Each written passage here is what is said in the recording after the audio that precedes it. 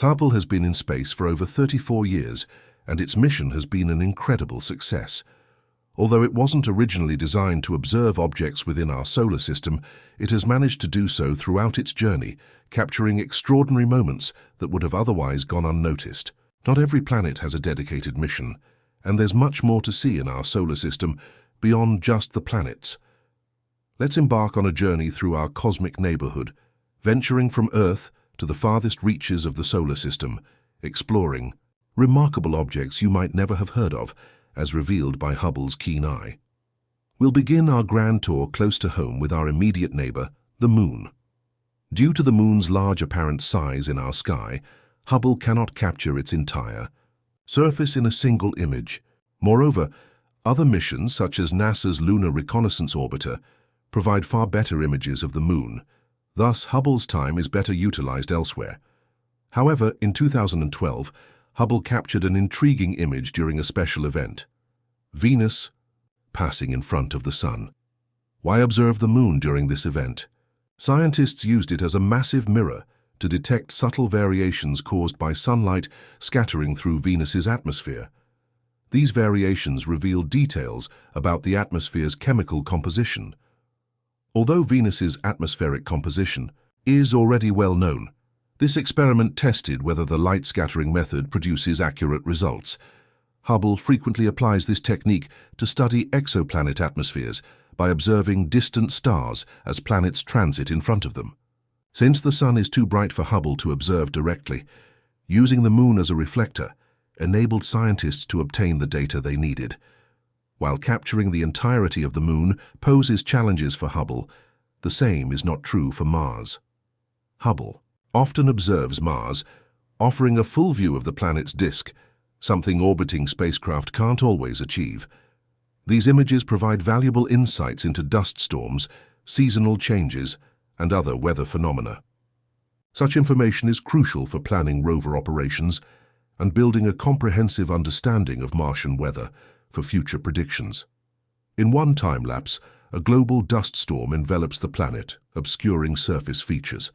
Mars's two small moons, Phobos and Deimos, can be seen zipping around the planet in the background, their rapid motion especially noticeable in the 42-minute sequence.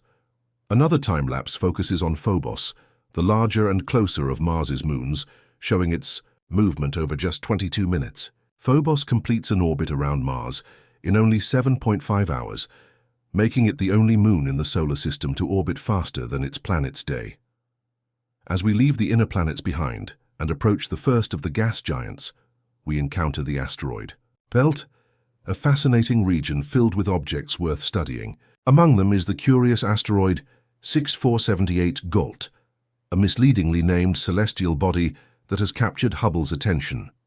You might be surprised to learn that this object, which clearly resembles a comet with its twin tails, is actually an asteroid, known as Gault. This asteroid resides in the asteroid belt and was imaged in 2019.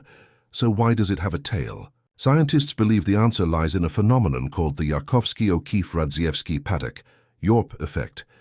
Solar radiation exerts a small but steady force on irregularly shaped bodies, and under the right conditions, this can gradually increase their rotation speed. In Gault's case, its 3.5-kilometer-wide body has been spinning faster over time and now completes one rotation every 2 hours, the upper limit of what an asteroid can endure. This rapid rotation generates centrifugal forces that are stronger than the asteroid's gravity, causing loose material to be ejected into space. These ejections form the tails, and over time Gault will likely disintegrate entirely.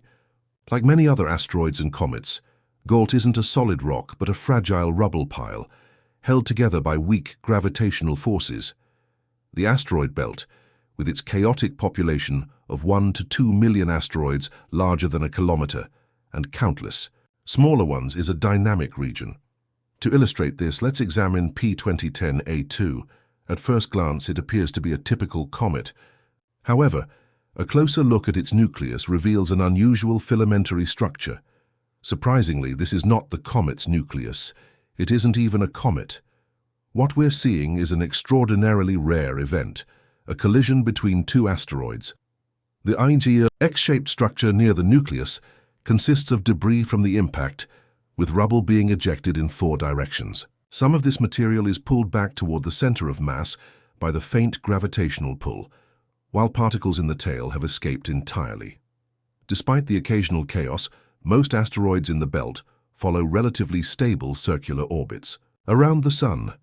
But if an asteroid strays too far from this path, as comets do, it risks encountering a far more powerful gravitational force.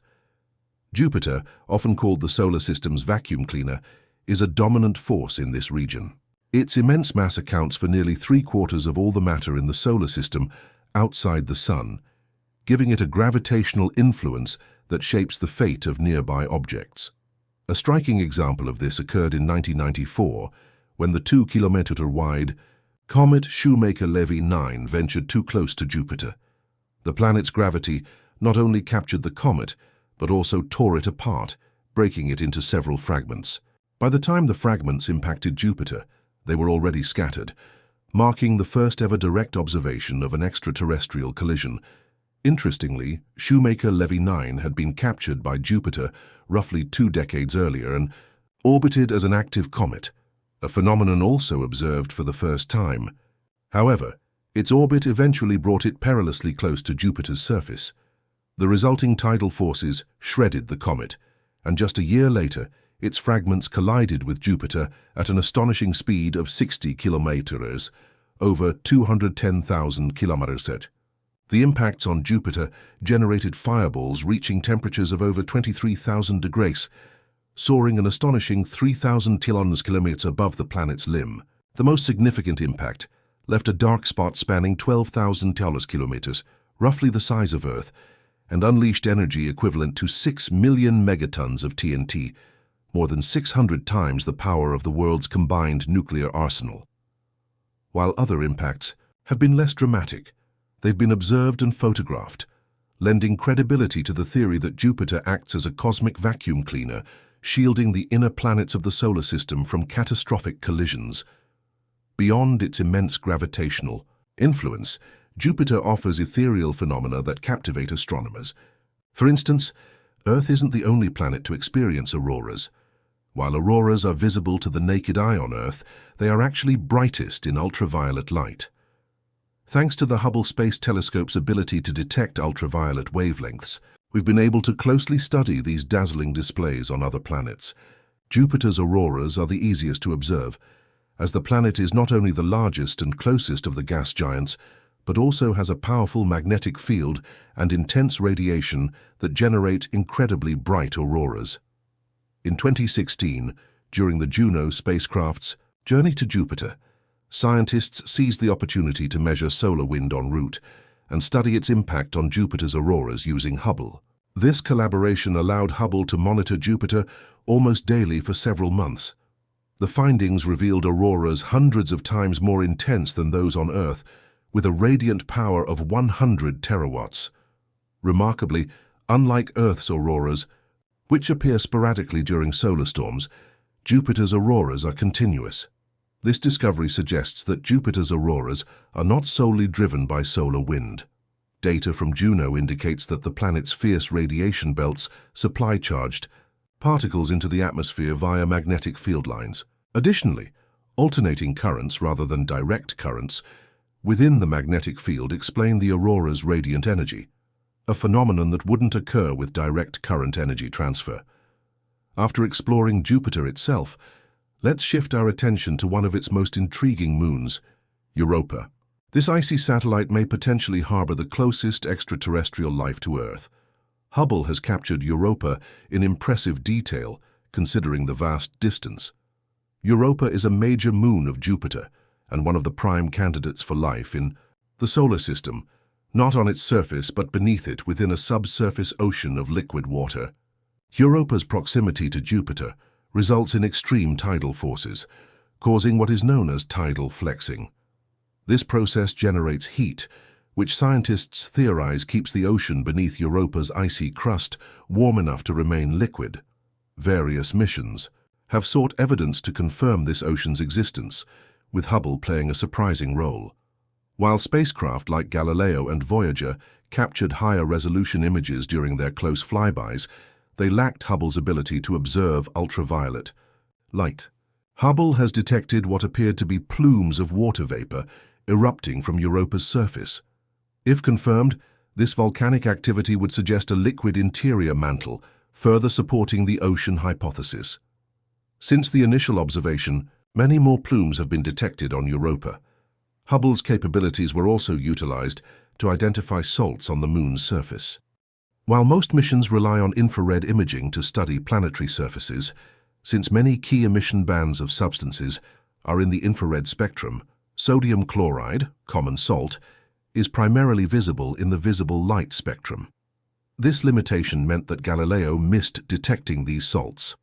However, Hubble, observing invisible light, confirmed the presence of sodium chloride spread across Europa's surface.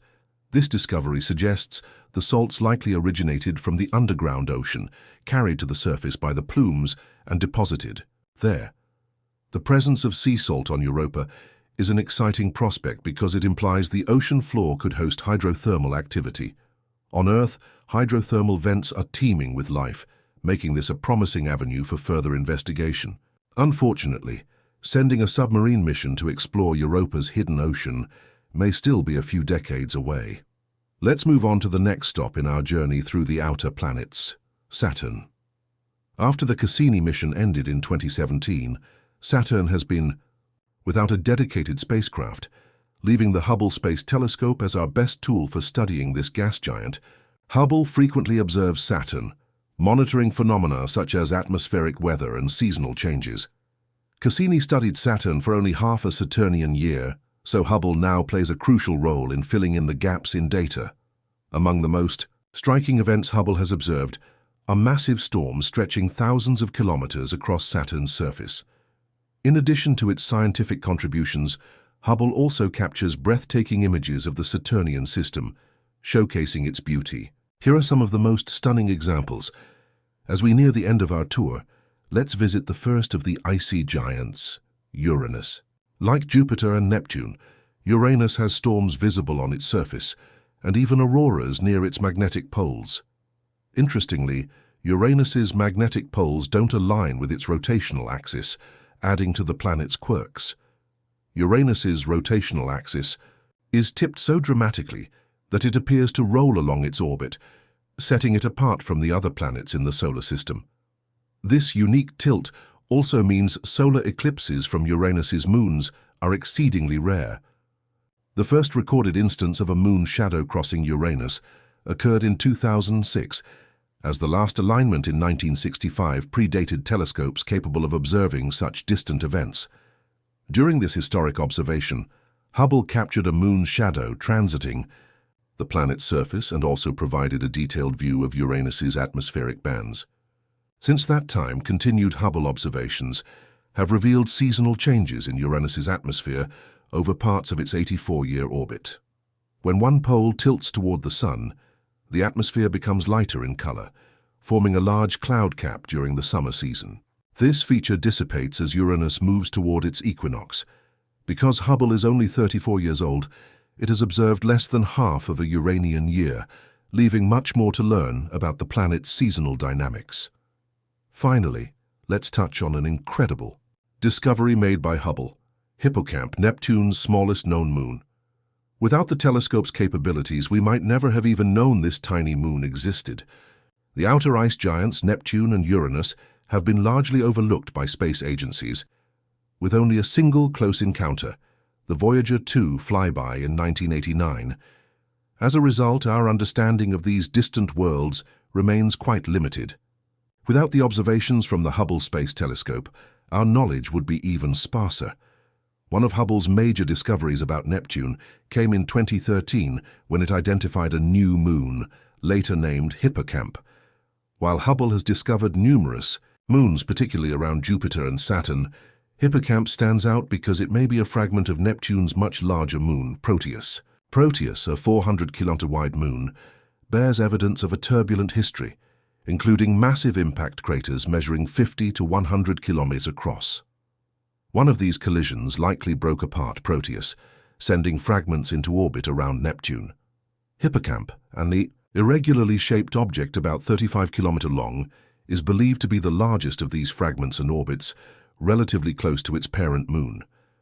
As we near the end of our journey, let's take a closer look at Neptune itself. Although Hubble was not specifically designed for monitoring our solar system, in 2015, more of its time was dedicated to studying the ice giants, allowing for annual observations of these planets.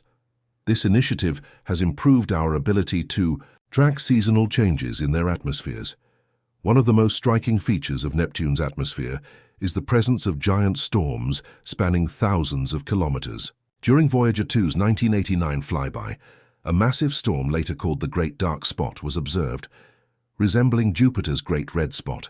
However, unlike Jupiter's persistent storm, Neptune's Great Dark Spot has since vanished. New storms have formed and dissipated over the years, with the most recent one observed in 2018.